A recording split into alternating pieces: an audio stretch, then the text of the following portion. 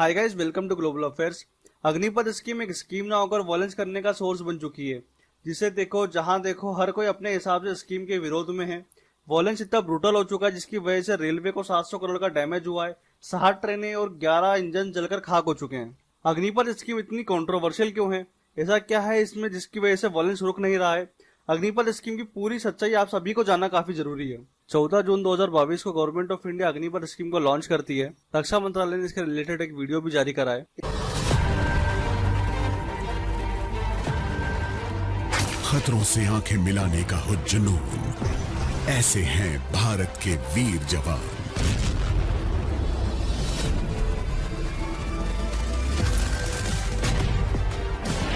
इन्हीं फौलादी जज्बों को देती है सेना एक नई पहचान।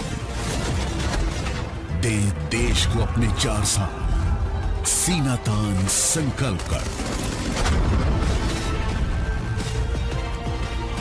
बहुत खास है युवाओं के लिए ये देश सेवा का अवसर। चलो भरें भारतीय सेना में युवा जोश हम मिलकर।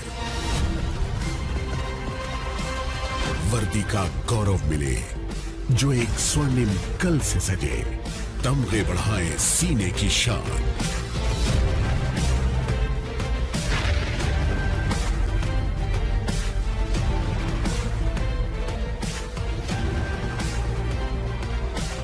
शूरवीर योद्धा हमारे भरे आत्मनिर्भरता की उड़ान।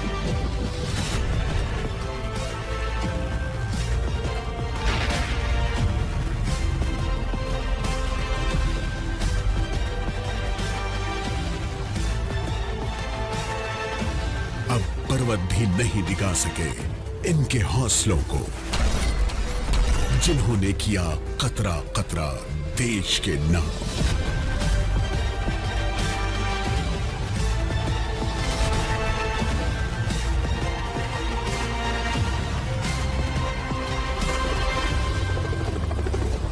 बने भारत के अग्निवीर, अग्निवीर बने।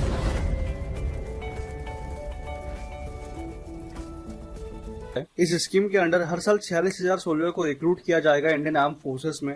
जो लोग 17.5 साल से लेकर 21 साल की एज में वो एलिजिबल हैं अप्लाई करने के लिए। जो लोग इस स्कीम के अंडर रिक्रूट होंगे उन्हें अग्निवीर कहा जाएगा। ये एज लिमिट सिर्फ फर्स्ट ईयर के लिए 21 से 23 साल कर दी गई है। तो ऑफिसर और सिपाहियों के बीच में एक न्यू रैंक होगी। पहले 6 मंथ की ट्रेनिंग होगी और बाद में 3.5 साल की एक्टिव सर्विस। इस स्कीम के अंडर अग्निवीरों को पहले साल में 30,000 पर मंथ की सैलरी दी जाएगी, बाद में बढ़ाकर चौथे साल तक 40,000 पर मंथ कर दी जाएगी। 4 साल बाद जब अग्निवीर रिटायर होंगे तो उन्हें सेवा निधि के अंडर 11,75,000 का टैक्स फ्री लमसम अमाउंट दिया जाएगा।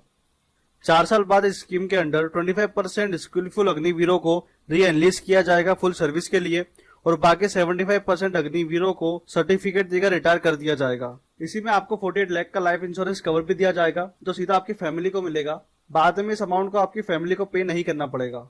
देखिए, बात अब आती है अग्निपथ स्कीम को लाना क्यों पड़ा। ऐसी क्या रिक्वायरमेंट थी हमारी आर्मी की जो फुलफिल नहीं हो पा रही थी? देखिए, आर्मी के टॉप ऑफिशियल्स ने बताया है आर्मी की एवरेज एज 32 साल है, जिसे कम करके 26 साल करने की कोशिश है। भारत की आर्मी को यंग लोगों की काफी जरूरत है, स्पेशली हाई एल्टीट्यूड एरियाज के लिए। आर्मी के ऊपर जो पेंशन लोड है जिसे काफी हद तक कम करने की कोशिश है। इंडियन आर्मी का टोटल बजट 5.25 ट्रिलियन रुपीस का होता है। का बहुत बड़ा अमाउंट सिर्फ आर्मी पर्सन की पेंशन पे ही खर्च हो जाता है। पेंशन का लोड कम करने से मिलिट्री का बजट काफी हद तक इम्प्रूव होगा। 55% मिलिट्री बजट को इंडियन आर्मी की मॉडर्नाइजेशन पे, न्यू हथियार खरीदने के लिए और न्यू टेक्नोलॉजी पे खर्च किया जाए। जो कर रहे हैं वो रेस्ट ऑफ द वर्ल्ड के लिए नया नहीं है। यूके में 2012 से आर्मी का साइज 12% तक कम कर दिया गया है। अमेरिका भी अपनी आर्मी की स्ट्रेंथ 40,000 से कम कर रहा है। वैसे भी वहाँ पे पेंशन सिस्टम इतनी अच्छे से वर्क नहीं करता है। चाइना इस रेस में सबसे आगे। चाइना ने अपनी आर्मी का साइज 2 लाख तक कट कर दिया है। उनका टारगेट है अपनी आर्मी के साइज को 10 लाख तक कम करने का, जो आज 23 लाख के आसपास है। वैसे इंडिया और चाइना और काफी जगहों पर आर्मी में जाना कंपलसरी नहीं है, but Russia, Israel, Brazil, Venezuela, Mexico और अफ्रीका के कुछ देशों में जो बंदा फिट है उसे आर्मी की ट्रेनिंग करवाई जाएगी, और कल को अगर वॉर होती है तो उन्हें वॉर में अपने देश सेवा के लिए लड़ने भी जाना पड़ेगा। हम आते हैं उस मेन मुद्दे पर, अग्निपथ स्कीम के खिलाफ प्रोटेस्ट हो क्यों रहा है, देश का यूथ सड़कों पर क्यों आ गया है इसके विरोध में। ऑपोजिशन लीडर राहुल गांधी ने भी ट्वीट करके अपना विरोध जताया है। आज के हालात को देखकर हमारे यूथ को चिंता है अपने फ्यूचर की। जब सरकारी नौकरी के बारे में सोचते हैं, सुनते हैं तो एक्सपेक्ट करते हैं कि जॉब सिक्योरिटी मिलेगी, परमानेंट सोर्स ऑफ इनकम होगा, पेंशन मिलेगी। प्रोटेस्ट करने वालों की डिमांड क्या है सरकार को, वो भी हमें सुनना काफी जरूरी है। हमारा यूथ क्या चाहता है।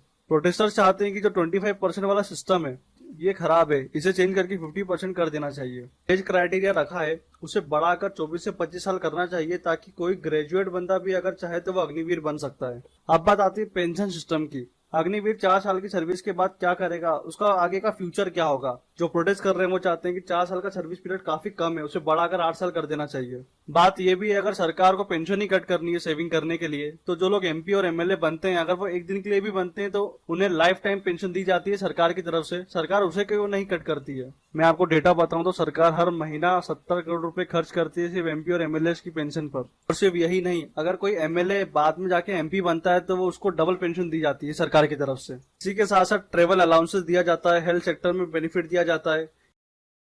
और आखिरी चीज, अगर नेताओं को पेंशन मिलेगी एक दिन भी सदन में बैठने के लिए, तो फिर हमारे सैनिकों को जो 4 साल देश की सेवा करते हैं उन्हें भी पेंशन मिलनी चाहिए, उन्हें भी मेडिकल बेनिफिट मिलना चाहिए, उन्हें भी फ्री एयर ट्रैवल मिलना चाहिए, उन्हें भी फ्री ट्रेन ट्रैवल मिलना चाहिए जो सारे एमपीज को मिलता है। आपसे हर साल इंडियन आर्म फोर्सेस 60,000 भर्तियां करती थी, लेकिन 2 साल कोविड के कारण ये सब भर्तियां रुकी हुई है। कंफ्यूजन इस बात की अग्निपथ स्कीम के अलावा पहले वाली स्कीम का क्या होगा। जो रिक्रूटमेंट हुआ करती थी वो वापस शुरू हो पाएगी या नहीं हो पाएगी, इस बात को लेके आर्मी रिटायर्ड पर्सनल्स ने भी कंसर्न्स दिखाए हैं। इतना हंगामा और वॉयलेंस होने के बाद सरकार अब डैमेज कंट्रोल में आई है। गृह मंत्री अमित शाह जी ने ट्वीट करके बताया कि 10% रिजर्वेशन दिया जाएगा रिटायर्ड आर्मी पर्सनल्स को, सीएपीएफ और आसाम राइफल्स की भर्ती में उनको दिया जाएगा।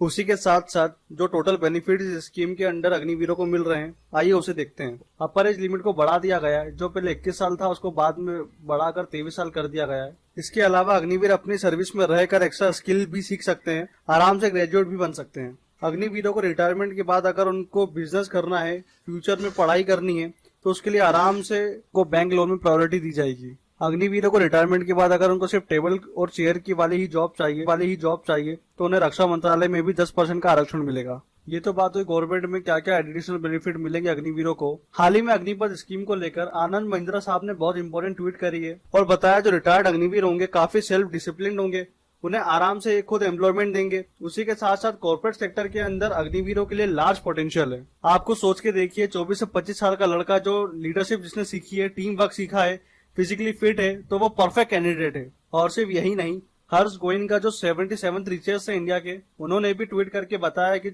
आरपीजी ग्रुप भी तैयार है अग्निवीरों को एम्प्लॉय करने के लिए। पास में जाए तो हमें पता चलता है कि जो कॉर्पोरेट वर्ल्ड के लीडर हैं, बिग प्लेयर्स है रिलायंस इंडस्ट्रीज और टाटाज, इन्होंने काफी सारे आर्मी पर्सनल्स को रिटायरमेंट होने के बाद एम्प्लॉयमेंट दी है वेरियस सेक्टर्स में। और सिर्फ यही नहीं, काफी सारे राज्यों के सीएम ने भी अग्निवीरों को रिटायरमेंट के बाद स्पेशल प्रेफरेंस देने का वादा करा है। ट्वीट करके इसकी अश्योरिटी दी गई। हरियाणा के सीएम हो, योगी आदित्यनाथ जी हो, या एमपी के सीएम शिवराज सिंह चौहान हो, सबने अपना आश्वासन दिया है इसके रिगार्डिंग। वेल देखिए, अगर आप मेरा ओपिनियन पूछते हैं अग्निपथ स्कीम को लेकर, तो हमारे देश और हमारी आर्मी का फ्यूचर अग्निपथ स्कीम से हमारे देश में काफी यंग लीडर्स निकलेंगे।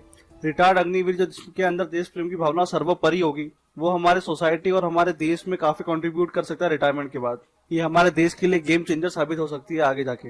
देखिए, कोई भी स्कीम होती है उसके प्रोज एंड कॉन्स तो होते ही होते हैं। इंडिया जो एक डेमोक्रेटिक कंट्री है, हमारा कॉन्स्टिट्यूशन भी शांति से विरोध करने की इजाजत देता है हमें, लेकिन वॉयलेंस की बिल्कुल भी नहीं। जो लोग वॉयलेंस के नाम पे, विरोध जताने के नाम पे हमारे देश की पब्लिक प्रॉपर्टी खराब करते हैं, वो कभी पब्लिक सर्वेंट नहीं बन सकते। आर्मी पर्सनल से साफ कह दिया है, जिन लोगों का नाम वॉयलेंस के अंदर एफआईआर के अंदर आया है, उन लोगों को आर्मी के अंदर जगह नहीं दी जाएगी। इस स्कीम से हमारे देश को कितना बेनिफिट होगा और नहीं होगा, ये आने वाला समय बताएगा।